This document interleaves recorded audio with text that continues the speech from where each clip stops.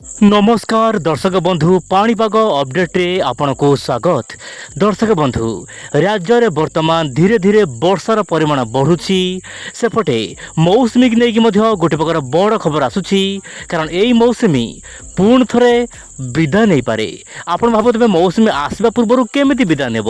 हाँ दर्शक बंधु आज भिडियो मौसुमी समस्त बड़ खबर आलोचना करवा ओडिया चैनल माध्यम। तो ये दर्शक बंधु वर्तमान स्थिति में मौसुमी आसवा पूर्व बंगोपसागर में गोटे घूर्णिबल सृष्टि हो सारी। आप मोबाइल स्क्रीन देखूँ आगामी 24 घंटा मध्य लघुचाप केन्द्र उत्तर पूर्व बंगोपसागर सृष्टि होकर आशंका रही यार प्रभाव में सारा राज्य में वर्षा हेब किंतु मालकानगिरी कोरापुट में प्रबल वर्षा हेब।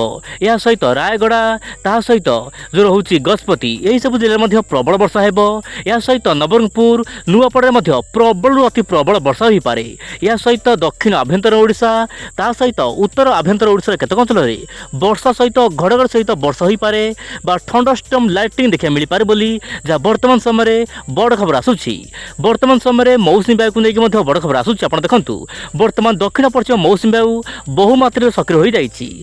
केरल कर्णाटक महाराष्ट्र किछि भाग में वर्तमान मौसुमी वायु सक्रिय रही बेले आज आपणकर कर्णाटकर अनेक भाग में मौसुमी वायु भिजी। तेबे ओडिशा आड़ को आसवा पूर्व मौसुमी वायु वर्तमान धीमा पड़ार आशा रही किंतु बंगोपसागर माने पूर्व केन्द्रीय बंगोपसागर रे वर्तमान स्थिति रे गोटे घूर्णिबल सृष्टि होईची जहाँ कि सामुद्रिक वायु वर्तमान ओडिशा आड़ को आसुची।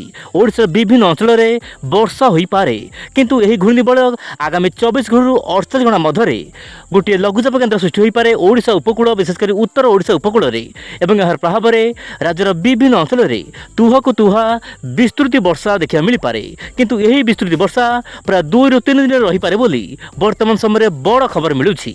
किंतु ओडिया चैनल माध्यम वर्तमान जो दृश्य आप देखुं यही दृश्य हूँ जून 4 तारिखर। दर्शक बंधु जून 4 तारिख मौसुमी वायु बहुमात्रा दुर्बल हो दक्षिण भारत विभिन्न भाग ता सहित ओडिशा पश्चिमबंग झारखंड बिहार छत्तीसगढ़ मध्य भारत सहित विभिन्न राज्य में मौसुमी वायु माने धीमा पड़ मौसुमी वायु जो आगू जाऊँ से रोक लगे प्रबल गरम गुलुगुली पुणी थे राज्यवासी सामान्य छटपट हो पारते बोली वर्तमान मॉडल माने पूर्वानुमान कले ताने सफा सफा जना पड़ुछि। दर्शक बंधु मौसुमी वायु सामान्य विरति नब केते दिन विरति नब ताहा तो कहबा बड़ मुश्किल तथापि जून 4 तारिख सामान्य मौसुमी रे विरति आसिबा पई पाग अनुकूल हो पारे।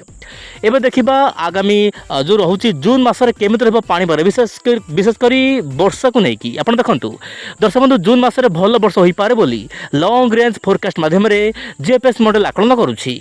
ओडिशा पश्चिमबंग झारखंड उत्तर पूर्व राज्य सहित महाराष्ट्र कर्णाटक ता सहित आपन मध्यप्रदेश केतेक अंचल में भल वर्षा हो पारे किंतु दक्षिण भारतर विभिन्न राज्य में बहुमात्रा कम वर्षा हेब। उत्तर भारत में बहुमात्रा कम वर्षा हेब।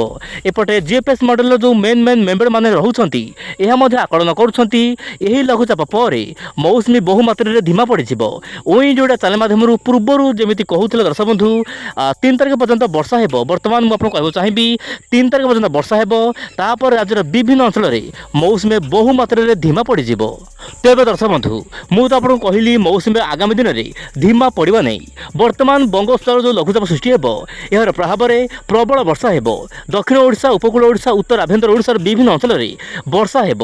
तेज आपंक जिले में केमिति रहुछि पाणीपाग मिजाज आपण निश्चय पर आपन मत प्रकाश करंतु। तेज दर्शक बंधु आप मोबाइल स्क्रीन देखि पड़िथे उत्तर नहीं दक्षिण दक्षिण नहीं पूर्व भारत पर्यंत मौसुमी बहुमात्रा धीमा पड़ जहाँ कि पुणी थे गुलुगुली अनुभूत हेब। जो रजपाग आप देखुले वर्तमान रज पर्यंत माने जो रज संक्रांति आसूची रज संक्रांति पर्यंत सामान्य पागरे परिवर्तन आसब और गरम गुलुगुली सामान्य अनुभूत हेब। तेज आगामी दिन पाणीपाग अपडेट आप चैनल सहित जड़ित ही रुहतु। नमस्कार, जय जगन्नाथ।